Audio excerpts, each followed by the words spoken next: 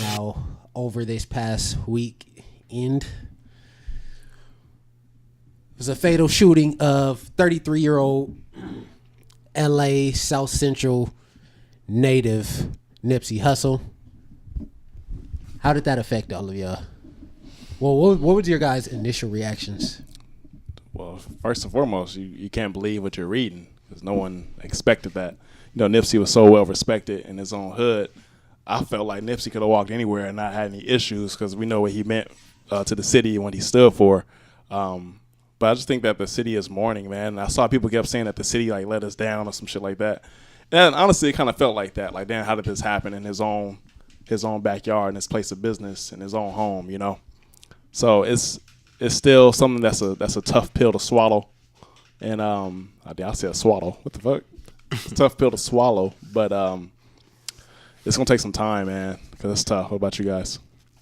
I mean, I agree. I mean, you know, Nipsey is somebody who, you know, I grew to like over the years, especially the last maybe like 6 years, because Nipsey been doing his thing for a really long time, and you know, he had a long grind before people even knew who he was. I mean, so yeah, it's tough when you lose somebody like that who has foresight and, you know, enough hold of the city that somebody that people will listen to, you know. So it's tough losing somebody like that, man, especially with how he wanted to change things. So it's tough. My first initial reaction, I was just like, oh, he good, you know, because at first it was just Nipsey got shot 6 times.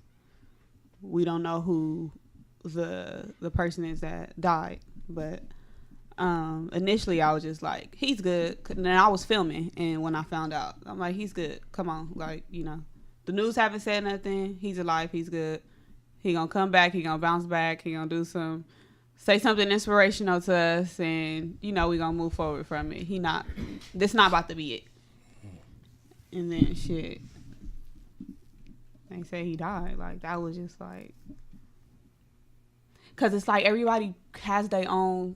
Like it feels like we lost like a big homie or a cousin or like a brother, somebody that was making a difference.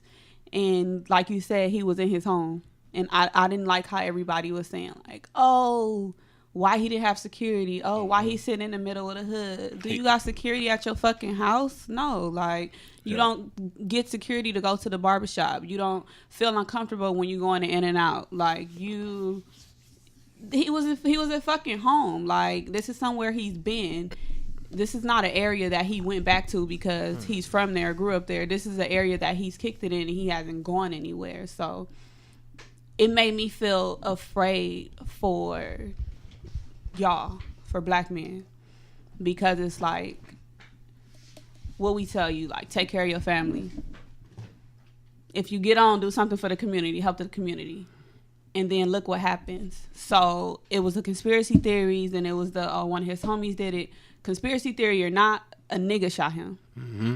Somebody that's close to him. So I can not even understand it, but it would be a little bit more sense if it was like an enemy hood or, you know, something like that. But this somebody that's your brother.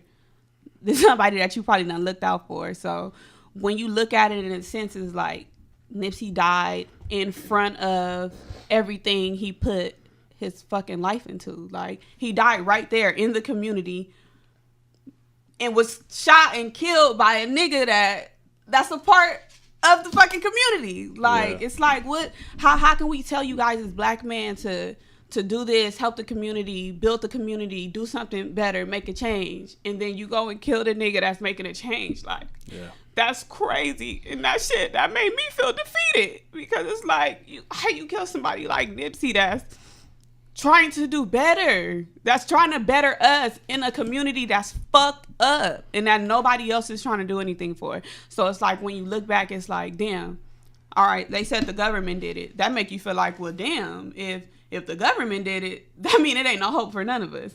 But then it's like, okay, if the government did it, that mean it ain't no help for none of us, and we can't move forward, and we're stuck exactly where we are. We're handicapped. We're in this box. and we can't move out.